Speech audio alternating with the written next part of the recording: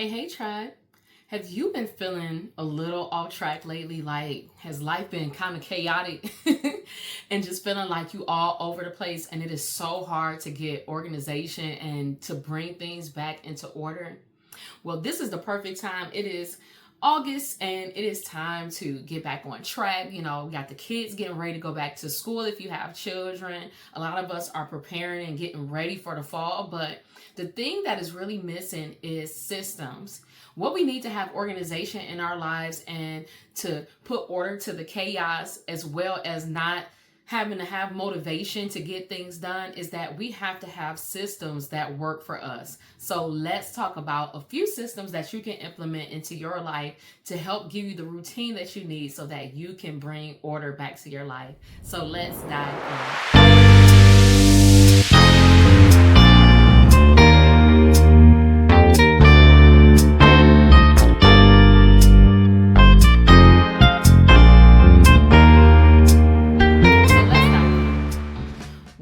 That I had to do was to implement systems into my life so that even when I wasn't feeling motivated, I would also have the muscle memory that I need to get started throughout my day so that I can stay on track and reaching goals and just living my life day to day. So one of the first systems that I implemented was having a mindful, me-focused routine in the morning. And what I mean by that is that you guys know that I love to journal. I love to have my devotional period first thing in the morning before you even touch your phone, thinking about and seeing what everybody else is talking about. You need to know what it is that you have to plan for your day and also what fills your cup first thing in the morning. I think a lot of times we skip over this or we rush through this or we don't want to get up that early in the morning. But the truth is that when you put yourself first throughout the day, it makes it easier. And what I mean is first thing in the morning. When you put yourself first thing in the morning, it makes it easier to pour into other people because you've poured into yourself. So you have to make sure that you have a me-focused, mindful routine. And what I mean by mindful is that you are putting your mental, physical, and spiritual health first. First thing in the morning, this should be done. This routine could take anywhere from an hour to about 2 hours. It depends on what your needs are in this particular season. For me, in all seasons, you got to put your spirituality first. This is how we get fulfilled. This is how we get filled up so that when we go to share our gifts with other people, we don't feel like we're being tugged on or we don't feel like we are depleted. So if you have been feeling depleted, make sure that you have a mindful routine first thing in the morning. This should also include some form of exercise, be it stretching or making sure you're moving your body, even if you just jog in place for about 5 minutes, whatever it is that you need to do to keep the blood flowing, to get it going first thing in the morning. That is a great way to start your physical activity. Don't forget your vitamins and taking all the minerals and things that you need first thing in the morning. I know for some people, you probably shouldn't take it on an empty stomach. So just be mindful about what you need to do. And also have some form of breakfast. We need that fuel and that energy first thing in the morning so that we can be fueled throughout our day, especially if it's protein packed. It will help you feel full longer and it'll keep your mind from wandering, being like, honey, I'm hungry. I don't hear nothing you saying. So for me, that includes having my journaling time. I need to express myself first thing in the morning. Having my devotional time. I got to talk to God first thing in the morning because I need to hear what he's saying and not what everybody else saying. And physical activity. You got to get that body moving. You got to get pumping because you know what? It's easy especially when you work from home and you are in a sedentary job where you're just sitting all day. You want to get that blood flowing, so you want to start your day with it already, especially if you're like me and you're tracking your steps and you like towards the end of the day, don't nobody feel like doing all that. But if you knock it out first thing in the morning and get most of your steps, then you are on the right track. So what are some things that you can do to have a mindful, me-focused routine first thing in the morning? Consider that. The next system is to have your week planned ahead of time to make sure that you're keeping some type of planner or journal or something, somewhere where you can jot down daily things that you need to get done. It's best to have this stuff jotted down the night before, so that in the morning when you're doing your morning routine, that you can actually look at what are the activities that I have to do today. So that way you are planning in your mind, like, okay, as soon as my me time is over, I need to get to this thing, or I need to do this, so that while I'm still full energy going, that these activities can be completed. A lot of times we fly by the seat of our pants and be willy-nilly about how we do our day, and then get frustrated and feel like we didn't get anything done because we weren't tracking anything, and we weren't focused on what is the task that need to be completed the most. I think a lot of times we make some things more important than they are, and the things that we don't really want to do and that we know will have the most impact gets dropped to the bottom of the list because we don't really want to do it for real. But if you set yourself up for success the night before by making your to-do list, you are already in the mind frame first thing in the morning, because you're going to see it and you're like, okay, let me go ahead and get this done while I still have the energy, while I'm feeling good. And also because, you got to find that time of day that works best for you too. I know that my best energy is in the morning time. For some people, that could be in the afternoon or early evening time, where they just get that energy going. So you still want to plan and make sure that you know what you're doing ahead of time, and try to limit it to only 3 activities per day. Especially if you have a major project that you're focusing on, then you probably only want to do 1 to 2, so that you can bring the most impact to that activity, and you're not flustered and thinking about small things that really don't move the needle at all. So we want to be mindful of that. So make sure that you're planning ahead and that you're reading that plan as part of your morning routine as well. The next system is to have a planned time for rest and a planned time for planning. And what I mean by that is you need a mental health day each month where you are resting, you're refocusing, and you're just like, I need to declutter my mind. This is the perfect opportunity for you to just get restored, to pour back into yourself, and making sure that your needs are being met.